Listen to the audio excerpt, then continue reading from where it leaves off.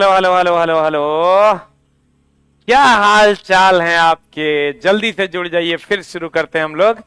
आज की शानदार कक्षा आपकी सेवा में उपस्थित है। पहला क्वेश्चन एम एनसीईआरटी सुपर फास्ट डिस्कशन में आपका स्वागत है, क्योंकि आज 40 क्वेश्चन है। कहते हैं स्वच्छ आकाश को नीला रंग वायुमंडल में मौजूद दृश्य प्रकाश के तरंगदैर्ध्य की तुलना में छोटे आकार के प्रकीर्णन के कारण होता है। आंसर हो जाएगा डी फॉर डॉग। छोटे आकार वाले कणों द्वारा प्रकाश के प्रकीर्णन के कारण होता है।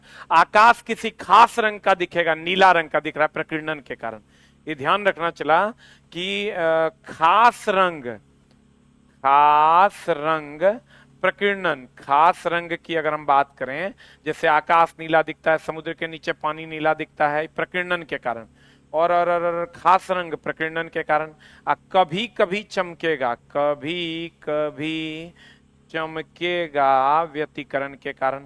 कभी कभी चमकेगा व्यतिकरण के कारण। कभी कभी चमकेगा व्यतिकरण के कारण। कभी कभी चमकेगा व्यतिकरण के कारण। कभी कभी चमकेगा व्यतिकरण के कारण। कभी कभी चमकेगा किसके कारण? व्यतिकरण के कारण। खास रंग दिखाई देगा किसके कारण? प्रकीर्णन के कारण। जैसे आकाश नीला दिखाई देगा प्रकीर्णन के कारण। कभी कभी चमकेगा व्यतिकरण के कारण। कभी कभी चमकेगा किसके कारण? व्यतिकरण के कारण। जैसे जल पर फैला मिट्टी का तेल कभी कभी चमकता है, किसके कारण? व्यतिकरण के कारण। आकाश नीला, आकाश के नीचे पानी नीला, इस सब किसके कारण? प्रकीर्णन के कारण। अगला कैथोड किरण। आय हाय हाय हाय हाय। कैथोड किरण बता क्या हो जाएगा? What is the answer? चला जल्दी बता, कैथोड किरण क्या होगा? द्रव्यमान भी है, आवेश भी है। कैथोड किरण की अगर हम बात करें तो इस पर ऋण आवेश होता है। ऋण आवेश होता है, इसका मतलब आवेश तो होबे करेगा और द्रव्यमान भी होबे करता है। तो आंसर बता दो क्या? गामा की अगर हम बात करें तो ये आवेशहीन है। और न्यूट्रॉन की भी अगर हम बात करें तो ये भी आवेशहीन है। गामा और न्यूट्रॉन जो है दोस्त मेरे, न्यूट्रॉन और गामा ये आवेशहीन है। आप कहेगा कौन कण नहीं है? तो गामा कण नहीं है। गामा की अगर हम बात करें तो ये कण नहीं है, देख लो। कहते हैं गामा और न्यूट्रॉन आवेशहीन है। बाकी कैथोड में भी आवेश द्रव्यमान दोनों है, एनोड में भी आवेश द्रव्यमान दोनों है। आंसर बता दीजिए क्या हो जाएगा? कौन?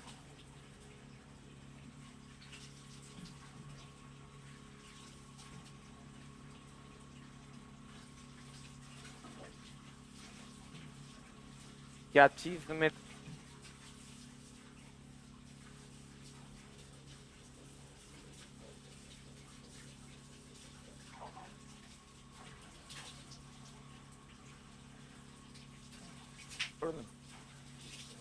न्यूट्रॉन और गामा आवेशहीन है, गामा कण नहीं है।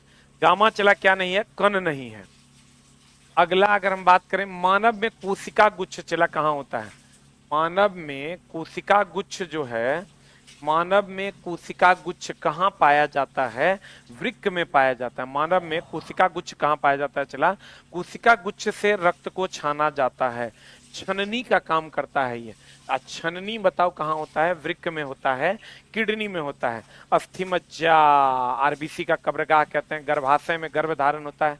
यकृत में पित्त रस का श्रवण होता है। पित्त रस का श्रवण जो है वो लीवर में होता है। अब पित्ताशय में जाके जमा होता है। पित्त रस का श्रवण। रिजल्ट दिलवा दी ना? अच्छा रिजल्ट दिलवा देते हैं दोस्त। अरे कोई है? अरे कोई है? देखो, यकृत से पित्त रस का श्रवण होता है। और सबको पता कोशिका गुच्छ, छननी। अब वृक्क में अगर हम बात करें, नेफ्रॉन भी वृक्क में ही होता है। नेफ्रॉन जो होता है चला, ये भी वृक्क में ही होता है। नेफ्रॉन की अगर हम बात करें तो ये भी कहाँ होता है? वृक्क में होता है। आंसर बोलिए रिजल्ट देने के लिए। बोलिए एक गिलास पानी भेजेगा कोई रिजल्ट देने के लिए? अभी वाला टेक्नीशियन वाला।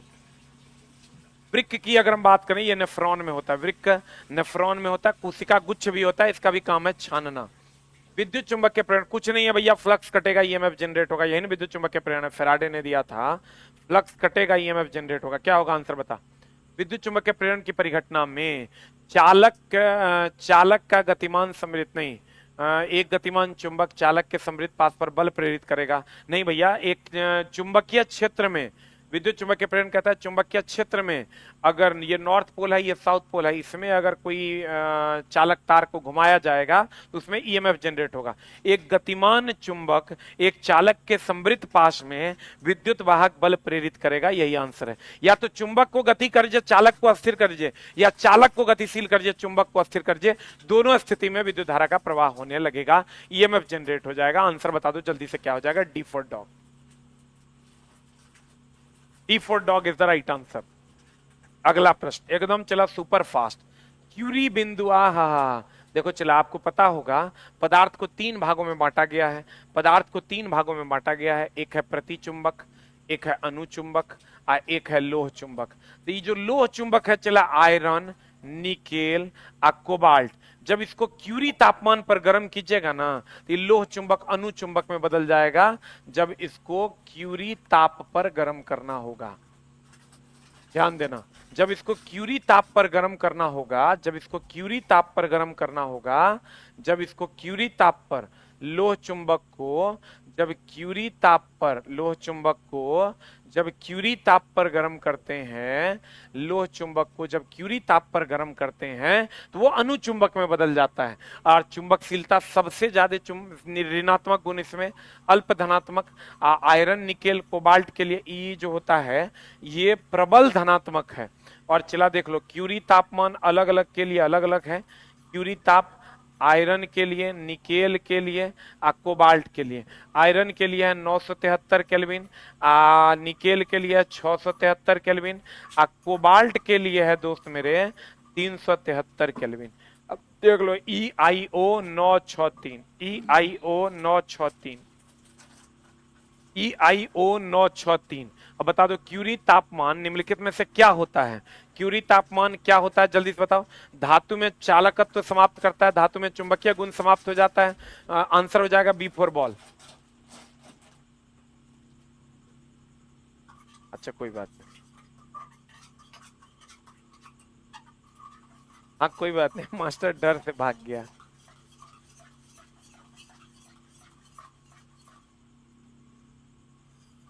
हाँ चला करेगा, चुंबक भी घूमता है, आपने इलेक्ट्रिकल पढ़िएगा ना तो पता चलेगा। चुंबक भी घूम सकता है, चालक अस्थिर रहेगा, चालक घूमेगा चुंबक अस्थिर रहेगा, फ्लक्स कटेगा, ईएमएफ जनरेट हो जाएगा। अब बताओ आंसर क्या हो जाएगा? लोह चुंबक से अनुचुंबक बन जाएगा क्यूरी ताप पर, धातु का चुंबकीय गुण लगभग समाप्त हो जाता है। आंसर बता दो कैसे हो जाएगा? एकदम अनुज जी, एकदम अनुज जी, आपके पास इसका जानकारी नहीं है इसलिए आप ऐसा बोल रहे हैं। चुंबक भी घूम सकता है और क्वाइल भी घूम सकता है, दोनों घूमता है, रोटेटिंग फील्ड भी होता है, रोटेटिंग मैग्नेट भी होता है। बता ये क्या है? कहता है रेडियो एक्टिव एस्ट्रोनॉइट 90 क्या है? इससे चला फेफड़े का कैंसर, हड्डी का कैंसर, मस्तिष्क का कैंसर क्या होता है? जल्दी बता, जल्दी बता, जल्दी बता, what is the answer? 24 number, what is the answer?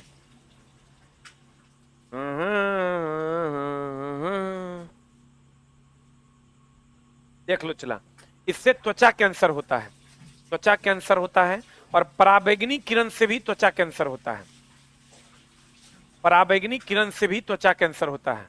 मस्तिष्क कैंसर नहीं होगा। फेफड़ा का कैंसर जो होता है चला, ये धुआं वगैरह से होता है, धुआं वगैरह से होता है। हड्डी का कैंसर तो आरबीसी वगैरह, ल्यूकीमिया वगैरह बहुत सारा चीज होता है उसमें। ये चला खाली त्वचा का कैंसर पराबैंगनी किरण या रेडियो एक्टिव एस्ट्रोनाइटम 90, इससे चला रेडियो सक्रिय किरण निकलता है।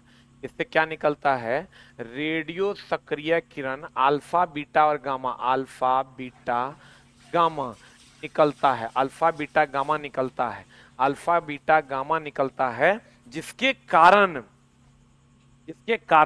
त्वचा का कैंसर होता है। आपको पता होगा रेडियो सक्रिय विकिरण जब निकलता है तो क्या होता है? त्वचा का कैंसर। पराबैंगनी किरण जब आ जाएगा तब भी क्या होगा? त्वचा का कैंसर।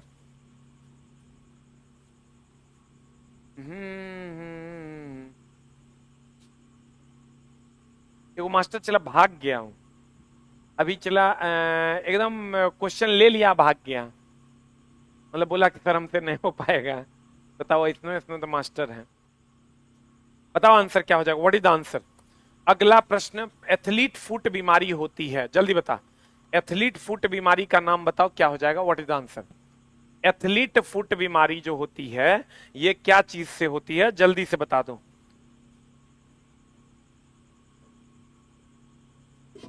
जल्दी बता।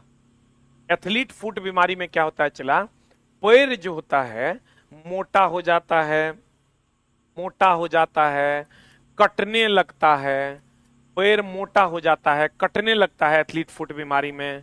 अब जल्दी से बता दीजिए क्या हो जाएगा। एथलीट फुट बीमारी किससे होता है? हाँ?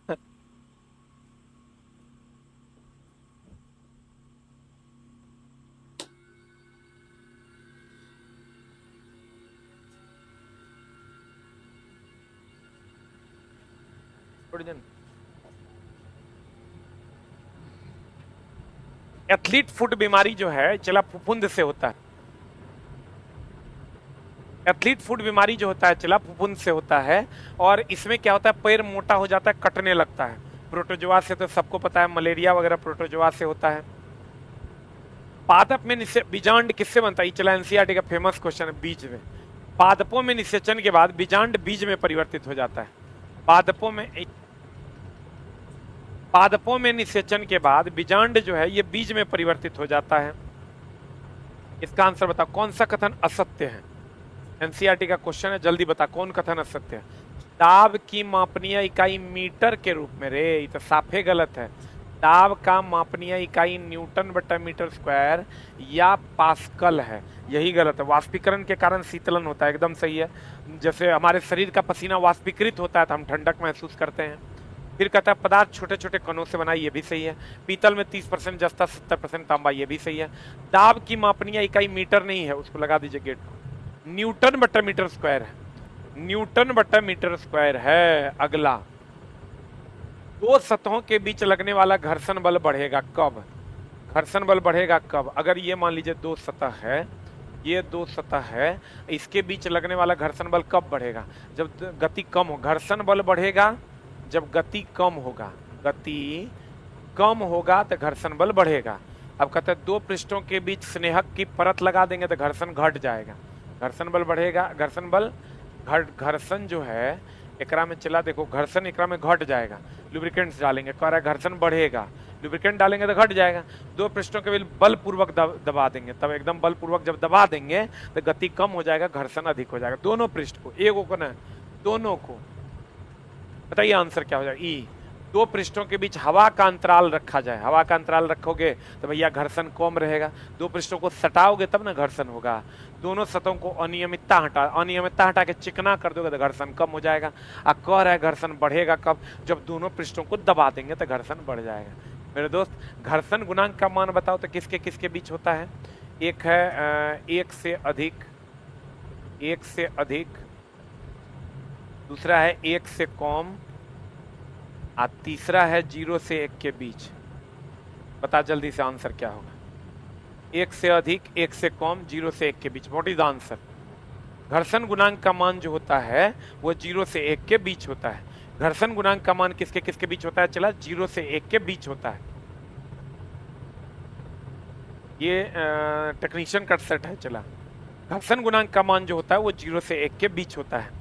अगला प्रश्न, पृथ्वी के चारों ओर परिक्रमा कर रहा कृत्रिम उपग्रह इसलिए पृथ्वी पर नीचे नहीं गिरता है। एनसीईआरटी का सवाल है, क्योंकि पृथ्वी का आकर्षण पृथ्वी के चारों ओर, ये पृथ्वी है, ये मान लीजिए चला जी पृथ्वी है, ये पृथ्वी है, इसके चारों ओर परिक्रमा कर रहा कृत्रिम उपग्रह, ये मान लीजिए सैटेलाइट है, इसलिए पृथ्वी से नीचे नहीं गिरता। क्यों?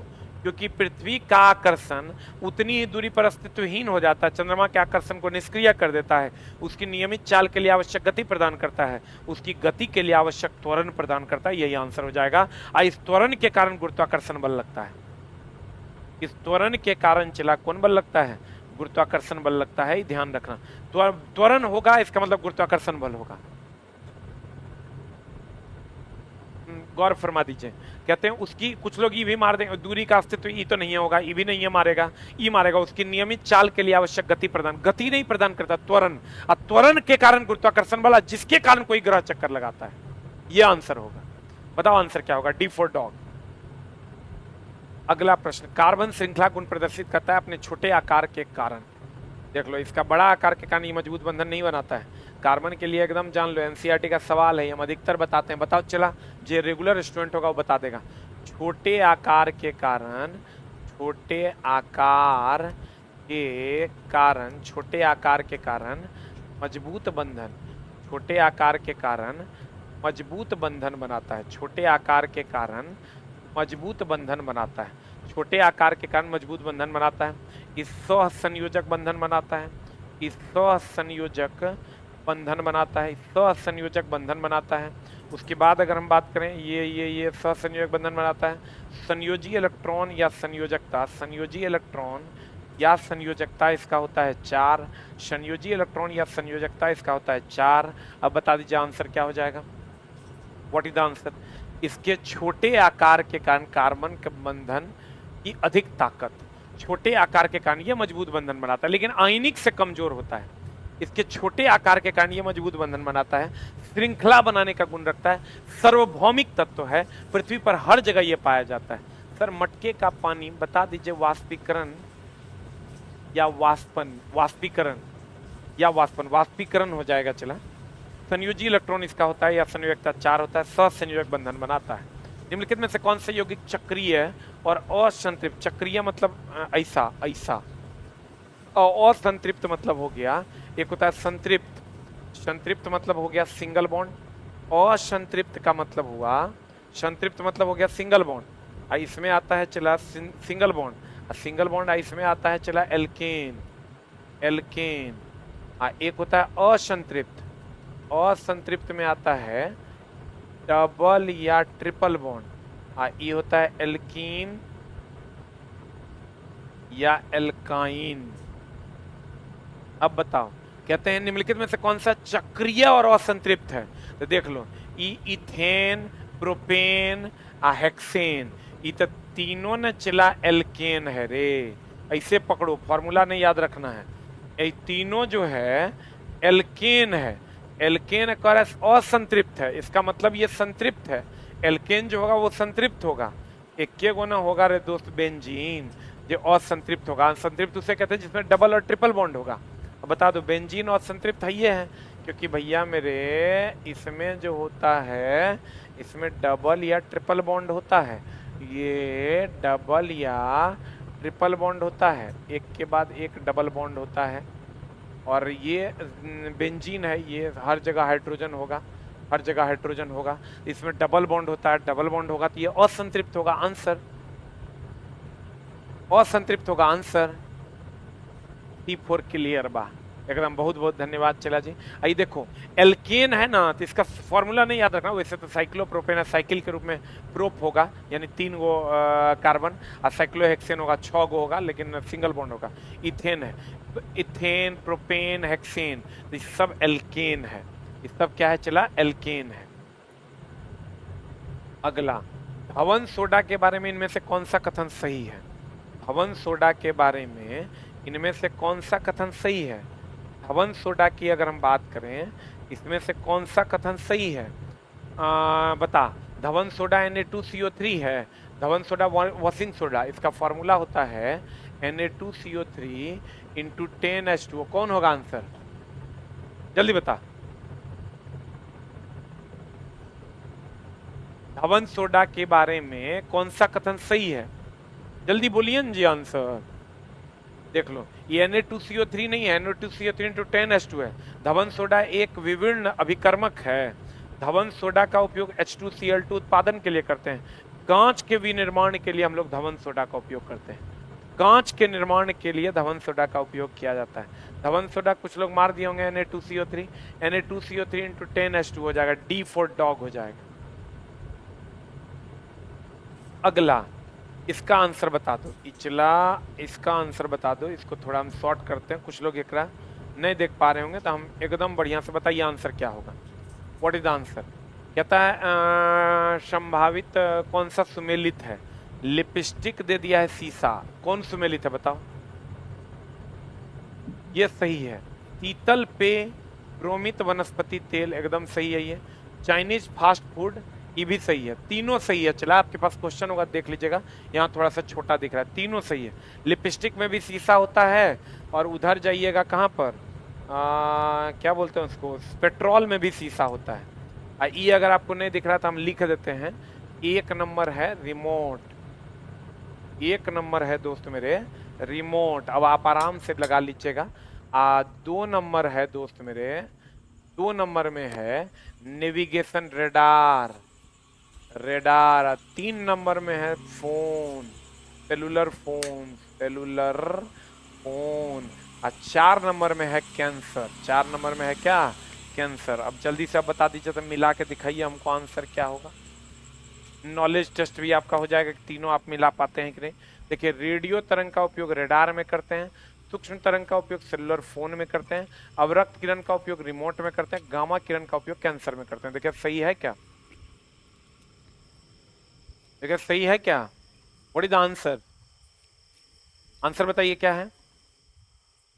ए है कि बी है कि सी है। देखो चला, ये ध्यान रखना, पी नंबर जो है यहाँ रेडियो तरंग जो है चला, कि यहाँ थोड़ा सा गड़बड़ हो गया। रेडियो तरंग जो होगा वो सेलुलर फोन हो जाएगा। वैसे रेडार में भी रेडियो तरंग यूज करते हैं।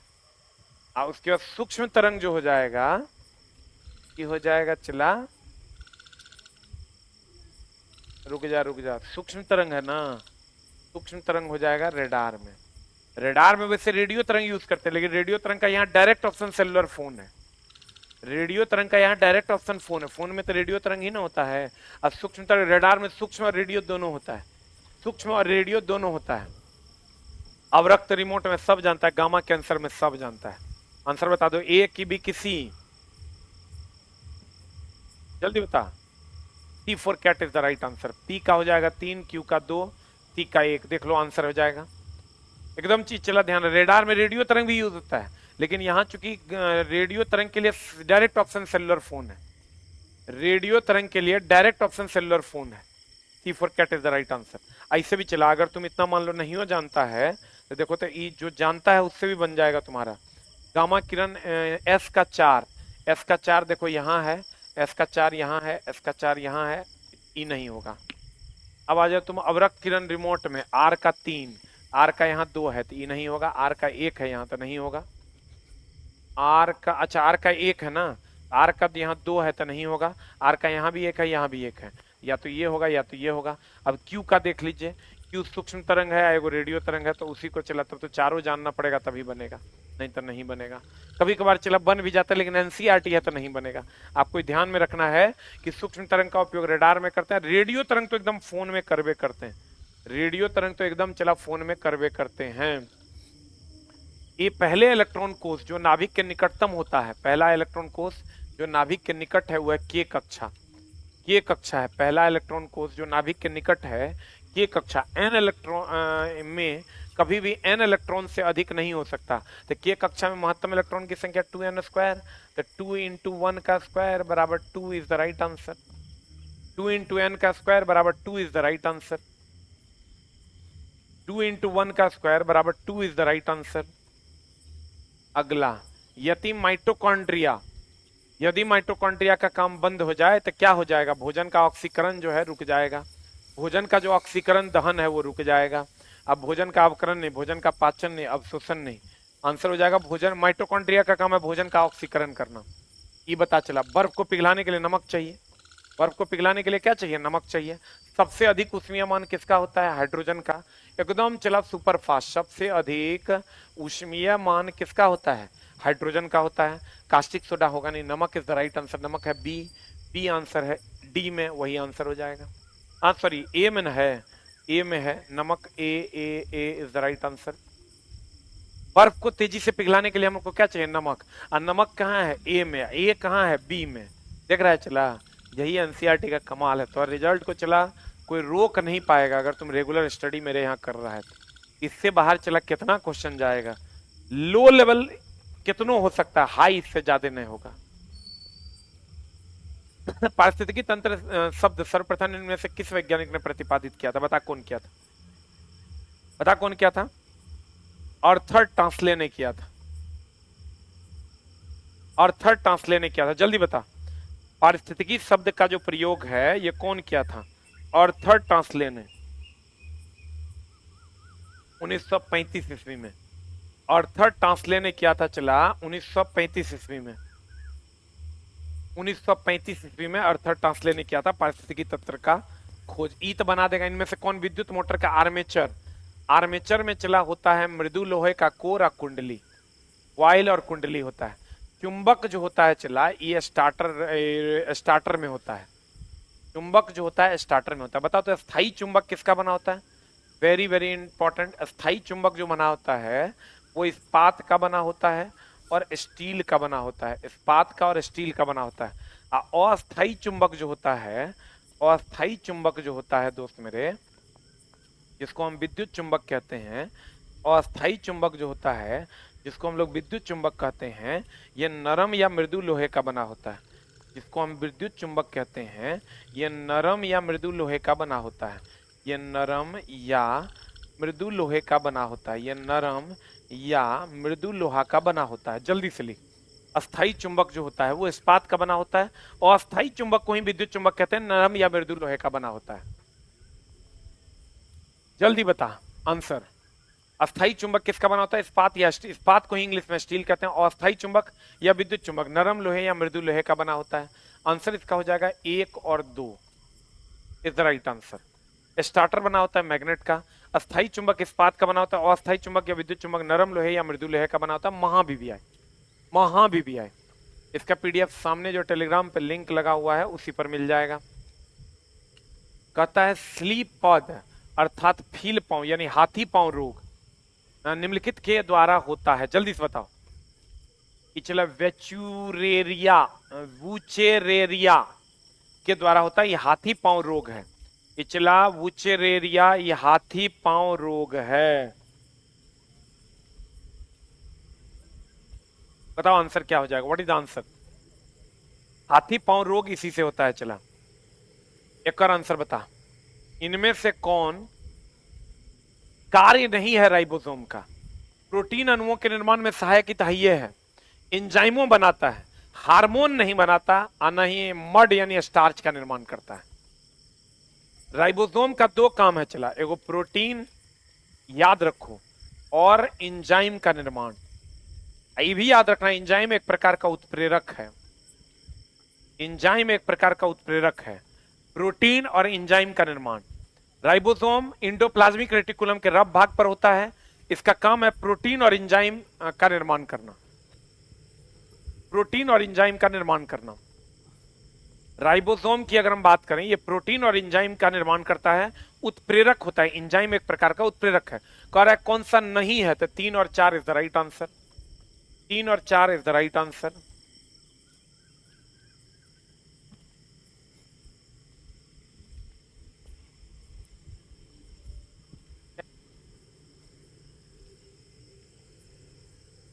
इसका आंसर बता। जलीय प्राणी जैसे मछली अपशिष्ट का उत्सर्जन किस रूप में करते हैं? अमोनिया के रूप में।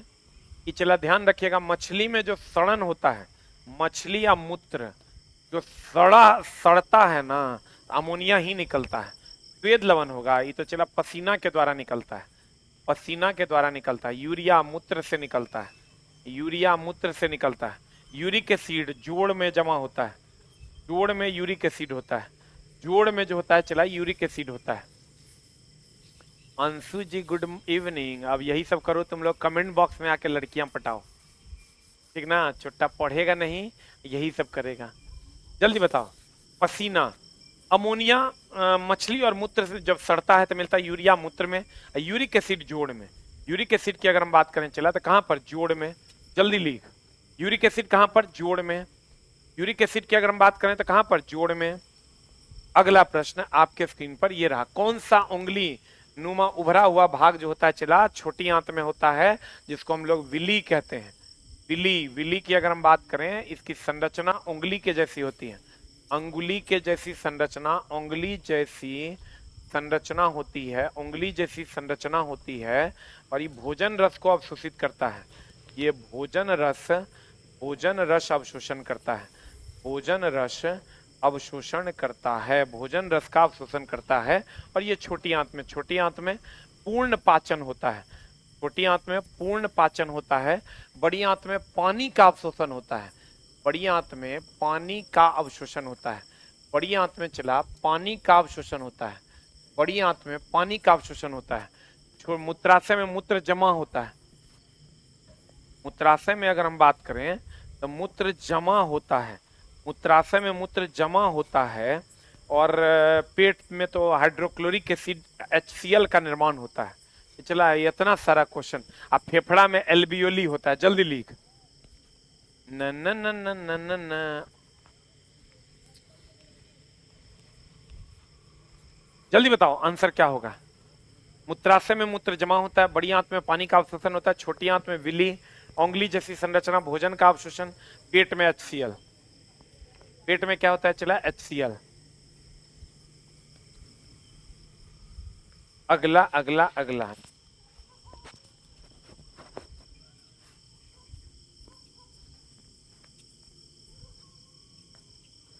अगला अगला जल्दी लिख।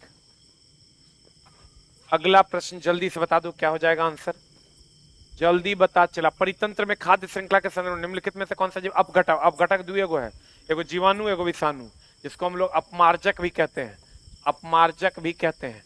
इसमें एगो है जीवाणु और दूसरा है विषाणु, एगो है जीवाणु एगो है विषाणु। आंसर बता दो क्या हो जाएगा, विषाणु और जीवाणु। कवक नहीं, कवक पचित भोजन करता है, सड़ा हुआ भोजन करता है, पहले भोजन को सड़ाता है तब भोजन करता है। विषाणु और जीवाणु क्या हो जाएगा आंसर, 1 और 3, C for cat is the right answer. इसको पृथ्वी का अपमार्जक भी कहते हैं, इसको पृथ्वी का क्या कहते हैं चला, अपमार्जक भी कहते हैं। एक मिनट ये चला आंसर हो जाएगा जीवाणु और विषाणु न, जीवाणु और कवक न रे, इट्स माय मिस्टेक, जीवाणु और कवक, इसको पृथ्वी का उपमार्जक कहते हैं, ये हो जाएगा आंसर, विषाणु नहीं। विषाणु थोड़े किसी चीज को सड़ाता है, चला सड़ाने का काम कौन करता है, कवक, फुफुंद, कवक जैसे फुफुंद, और जीवाणु। आंसर बता। और not C, not C, answer हो जाएगा 2 और 3 दैट इज बी, 2 और 3 दैट इज बी। अरे दो, सड़ाने का काम कौन करता है, कवक और जीवाणु। सड़ाने का काम कौन करता है, कवक और जीवाणु। पृथ्वी का अपमार्जक भी है। अगला 27 डिग्री सी तापमान है पर स्थित T1 का मान ले लो 27 डिग्री सी, केल्विन में बदलोगे 290 केल्विन, 300 केल्विन, केल्विन में बदलोगे दोस्त मेरे 300 केल्विन। तापमान पर स्थित किसी आदर्श गैस के एक नियत दाब पर प्रेशर कांस्टेंट है, तब तक गर्म किया जाता है जब तक कि इस गैस का आयतन दुगुना ना हो जाए। तो गैस का अंतिम ताप T2 बराबर कह रहा है वाट, T1 बराबर V है, V2 बराबर 2V है। V2 बराबर कितना है, दुगुना ना हो जाए। फॉर्मूला होता है V1 बट्टा V2 बराबर T1 बट्टा T2। अब यहां से लगा दीजिए, V1 का मान V है, V2 का मान 2V है, T1 का मान 300 है, T2 का मान निकालना है। यहाँ से T2 निकालोगे, V भी कट जाएगा, V भी चला कट जाएगा, V भी कट जाएगा, V भी कट जाएगा, T2 बराबर हो जाएगा 600 केल्विन। और इसको अगर डिग्री सी में बदलोगे तो हो जाएगा 273 घटा दो, तो 273 घटा दोगे तो कितना आ जाएगा, 327 degree C is the right answer. 327 कह रहा है गैस का अंतिम ताप क्या होगा, अंतिम ताप चला 327 डिग्री सी होगा। अगर कहता ताप में परिवर्तन क्या होगा, तो पहले 300 था, अब 600 हो गया, तो 300 केल्विन हो जाता, तब ये आंसर होता। आंसर इसका शायद गलत दिया हुआ होगा, ठीक कर लेना। आज टीम हमको बता रहा था कि एक क्वेश्चन सर आंसर गलत चला गया है, ये वृद्धि होगा, ये थोड़ा सा कंफ्यूजन में आंसर गलती हो जाता है। चला वृद्धि कितना होगा, तो पहले 300 था, अब हो गया 600 केल्विन, तो वृद्धि होगा 300 केल्विन का। लेकिन ना वैसे नहीं करो, चला मामला गड़बड़ा जाएगा। वृद्धि होगा, पहले 300 था, अब हो गया 600, वृद्धि होगा 300 केल्विन का। लेकिन कह रहा है यहाँ गैस का अंतिम ताप क्या होगा, तो गैस का अंतिम ताप जो होगा, अंतिम ताप जो होगा वो होगा 327 डिग्री से। अंतिम ताप कितना हो जाएगा दोस्त, 327 डिग्री से। जल्दी बता, एकदम बढ़िया से देख लो। चला एक आंसर ठीक कर लेना। टीम आज हमको कंप्लेन किया था कि सर का आंसर गलती है।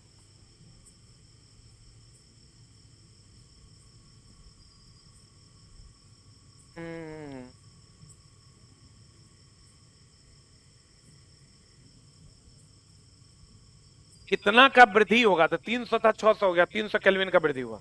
लेकिन डिग्री सी में निकालेंगे 327 डिग्री सी हुआ। जल्दी ली, जब प्रेशर कांस्टेंट रहता तो यही फॉर्मूला लगाते हैं। डीएनए और आरएनए में नाइट्रोजन बेस होने से भिन्न होता है। डीएनए आरएनए से नाइट्रोजन बेस होने में भिन्न होता है, क्यों?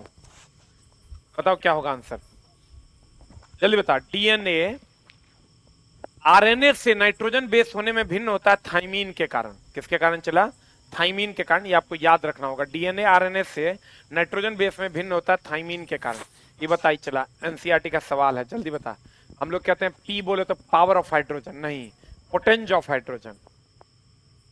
पी जो है चला, P4E जो पीएच है, इसका मतलब होता है पोटेंज, लेटिन शब्द है जिसका मतलब पावर होता है। पोटेंज ऑफ हाइड्रोजन, पोटेंज ऑफ हाइड्रोजन, पोटेंज हो जाएगा, जिसका जर्मन शब्द अर्थ शक्ति होता है। P4 होता है पोटेंज, पावर न, पोटेंसी न, पोटेंशियल न, पोटेंज ऑफ हाइड्रोजन। पीएच बोले तो पोटेंज ऑफ हाइड्रोजन। पोटेंज जिसका जर्मन शब्द है जिसका अर्थ होता है शक्ति, जिसका अर्थ क्या होता है दोस्त मेरे? शक्ति।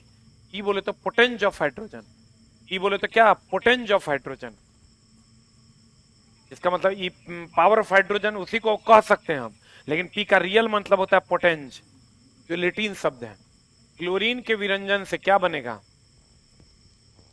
क्लोरीन के विरंजन क्रिया, क्लोरीन जो है इसका विरंजन होता है, चला ऑक्सीजन जुटता है, इसको हम कहते हैं ऑक्सीकरण।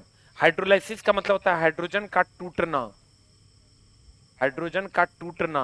रेडॉक्स मतलब जकरा में ऑक्सीकरण अवकरण दोनों हो, जिसमें ऑक्सीकरण भी हो एंड अवकरण भी हो, ऑक्सीकरण भी हो अवकरण भी हो। रेडॉक्स सड़न का मतलब केवल अवकरण, सड़न का मतलब अवकरण, और दहन का मतलब ऑक्सीकरण। दहन का मतलब चला क्या होता है? ऑक्सीकरण। दहन मतलब होता है ऑक्सीकरण। हाइड्रोलाइसिस हाइड्रोजन का टूटना, रेडॉक्स ऑक्सीकरण अवकरण दोनों। सड़न का मतलब होता है अवकरण। सड़न का मतलब दोस्त मेरे क्या होता है? अवकरण। सड़न का मतलब क्या होता है? अवकरण।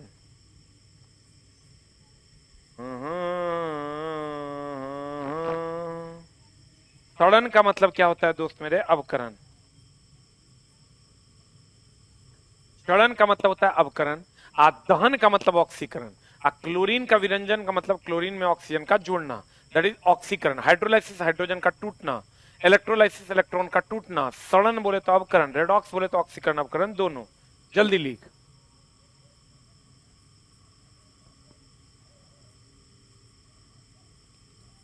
क्यों पड़े हो चक्कर में?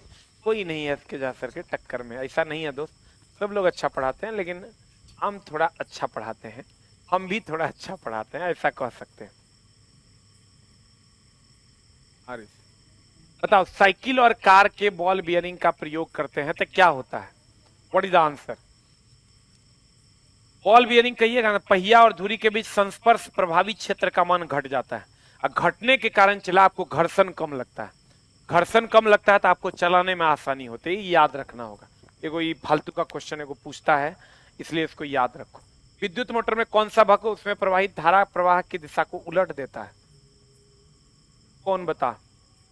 विभक्त वलय। इसका काम है एसी टू डीसी में बदल देना। इसी को हम लोग कम्यूटेटर भी कहते हैं। धारा के प्रवाह की दिशा को बदल देता है, इसी को हम लोग कम्यूटेटर कहते हैं। मृदु लोहे का कोर कुंडली नहीं होगा, कुंडली चला कॉपर का बना होता है, ब्रश कार्बन का बना होता है। अब मृदु लोहे का कोर ये चला सिलिकॉन स्टील का बना होता है, सिलिकॉन स्टील का बना होता है। देख लो, विभक्त वलय split ring AC to DC में बदल देता है। एक कम्यूटेटर की हम बात करें, अगर कम्यूटेटर कम्यूटेटर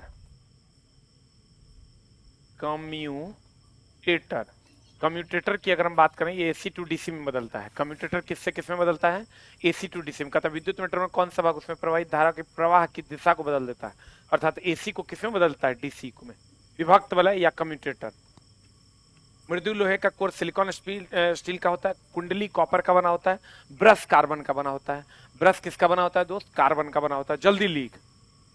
ला ला ला ला ला। चला, अगर आपको डिस्कशन का आनंद लेना है तो 9:25 में आइए, आपको लेवल के क्वेश्चंस मिल जाएंगे। पता आंसर क्या होगा? जननांगी हर्पीज संक्रमण डैश के कारण होता है। किसके कारण? विषाणु के कारण। प्रोटोजोआ से मलेरिया होता है, जीवाणु से बहुत सारा बीमारी, कवक से भी बहुत सारा बीमारी होता है। लेकिन जननांगी हर्पीस जो है ये विषाणु जनित रोग है। निम्नलिखित में से कौन सा उपधातु नहीं है? बताओ। उपधातु की संख्या है 7। उपधातु की अगर हम बात करें तो इसकी संख्या है दोस्त मेरे 7। कौन कौन? Boron, silicon, germanium, arsenic, antimony, tellurium, polonium. Answer बता दो जल्दी से, क्या हो जाएगा? सिलिकॉन तो होगा नहीं, एंटीमनी भी नहीं होगा, आर्सेनिक भी नहीं होगा, selenium is the right answer. Selenium तो है भी नहीं। एक बार अगर आप सुने भी होंगे कभी तब भी मार दीजिएगा। आंसर बताओ जल्दी से, क्या हो जाएगा? जो लोग रेगुलर पढ़ते हैं चला, उनको हैट्स ऑफ है, क्योंकि इस लेवल का कंटेंट वही बच्चा पढ़ सकता है ना जो एकदम मेंटली स्ट्रांग है कि हमको लेना ही लेना है। नहीं तो इस लेवल का कंटेंट पढ़ेगा ही नहीं बच्चा। जो लोग चला इस लेवल का कंटेंट पढ़ रहे हैं, हैट्स ऑफ है आपको। आपके मम्मी पापा के तरफ से हम आपको धन्यवाद ज्ञापित करते हैं कि आप सही रास्ते पर इतना अच्छे तरीके से बढ़ रहे हैं। अगला प्रश्न, साफ मेघ रहित रातों की तुलना में मेघाच्छन्न रात में अधिक गर्मी लगती है, क्यों? इसलिए चला कि अगर ये सूर्य का प्रकाश गर्मी आती है और अगर मेघ बादल लगे हुए हैं तो ये गर्मी फिर जाती है, फिर लौट के चली आती है, तो आपको उम्मस लगता है। अगर बादल नहीं लगा हुआ है तो चली जाती है। ये है बादल। अगर बादल लगा हुआ तो सूर्य का प्रकाश आएगा और आके अब फिर लौट के नीचे आ जाएगा तो तुमको उम्मस लगेगा। अगर बादल नहीं लगा हुआ तो आएगा फिर चला जाएगा। इस घटना को हम परावर्तन या विकिरण कहते हैं। बताओ आंसर। ठंडी लहरें आसमान को पृथ्वी तक उतरने से रोकता है। पृथ्वी से छोड़ी गई उष्मा परावर्तित कर देता है। पृथ्वी से जो उष्मा छोड़ते हैं फिर परावर्तित हो जाता है। आंसर। पृथ्वी से जो उष्मा हम लोग छोड़ते हैं, बादल उसको फिर से क्या करता है? परावर्तित कर देता है, जिसके कारण बादलों वाली रात अधिक गर्मी लगती है। आंसर। अगला प्रश्न, निम्नलिखित में से कौन सा घर्षण को कम कर सकता है? भैया घर्षण को पॉलिश करोगे तब भी कम हो जाएगा, स्नेहक का प्रयोग करोगे तब भी कम हो जाएगा, संपर्क का घटता क्षेत्र भी है इसको कम कर देगा। आंसर हो जाएगा 1 2 केवल सभी विकल्प सही है। पॉलिश कर दोगे तो कम होवे करेगा, स्नेहक कम लगा दोगे तो लुब्रिकेंट तब भी कम हो जाएगा। आंसर हो जाएगा संपर्क, तीनों। बता, तत्वों के लवण सबसे अधिक घुलनशील है, क्या होगा आंसर? हमको लगता है सोडियम होगा। चला, सोडियम जो है सबसे तीव्रता से घुलनशील होता है, तेजी से आग भी पकड़ता है। और सोडियम सबसे तीव्रतम घुलनशील, तीव्रतम अभिक्रियाशील अगर हम कहें H2SO4 चूना, ये लिख लो, तीव्रतम अभिक्रियाशील है। तीव्रतम अभिक्रियाशील अगर कहे, तीव्रतम अभिक्रियाशील अगर कहे, तीव्रतम अभिक्रियाशील अगर कहे तो कौन है? H2SO4 और चूना, ये तीव्रतम अभिक्रियाशील है। तीव्रतम अभिक्रियाशील कहे तत्व लवण में सबसे अधिक घुलनशील होगा सोडियम। पोटेशियम हाथे पर पिघल जाता है, हाथ पर पिघल जाता, हाथ पर पिघल जाता है पोटेशियम। लिथियम सबसे हल्की धातु, सबसे हल्की धातु, सबसे हल्की धातु। ओस्मियम सबसे भारी धातु। लिथियम सबसे हल्की धातु और ओस्मियम सबसे भारी धातु। लिथियम सबसे हल्की धातु और ओस्मियम सबसे भारी धातु। सबसे तेजी से अभिक्रिया करता है सल्फ्यूरिक एसिड और चूना। तीव्रतम अभिक्रिया करता है पोटेशियम, सीजियम, गैलियम, ये सब हाथे पर पिघल जाता है। पोटेशियम, सीजियम, गैलियम, ये सब हाथ पर पिघल जाता है।